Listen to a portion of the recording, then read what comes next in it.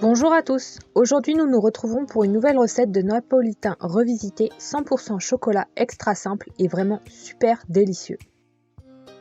Vous aurez besoin d'un plat de service, de 2 spatules à gâteau, d'un petit bol, d'un fouet à main, d'une casserole, d'une cuillère à soupe. Vous aurez besoin de 3 génoises toutes faites type Firenze, d'une plaque de chocolat noir à pâtisser, d'une crème liquide rouge à 30% de matière grasse, de 250 g de sucre glace, de 3 cuillères à soupe d'eau, de vermicelle en chocolat.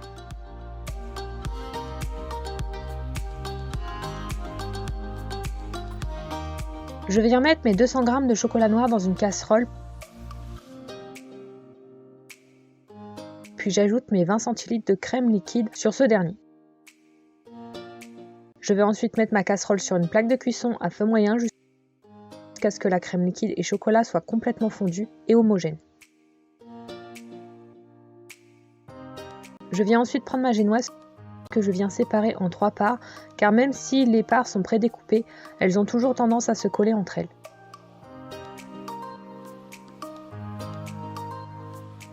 Je viens ensuite mettre mon premier disque de génoise dans un plat à service, puis j'ajoute au centre de cette dernière une bonne couche de ganache au chocolat.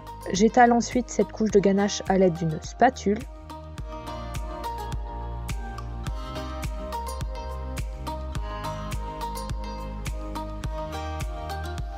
Puis je répète la même opération avec le second disque de génoise que je viens mettre sur la génoise recouverte de ganache au chocolat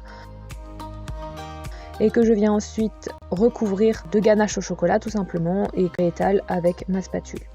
Je viens ensuite mettre mon troisième et dernier disque de génoise sur le second disque de génoise, lui aussi recouvert de ganache au chocolat. Puis je viens mettre le tout au réfrigérateur une nuit complète pour que la ganache prenne bien en masse.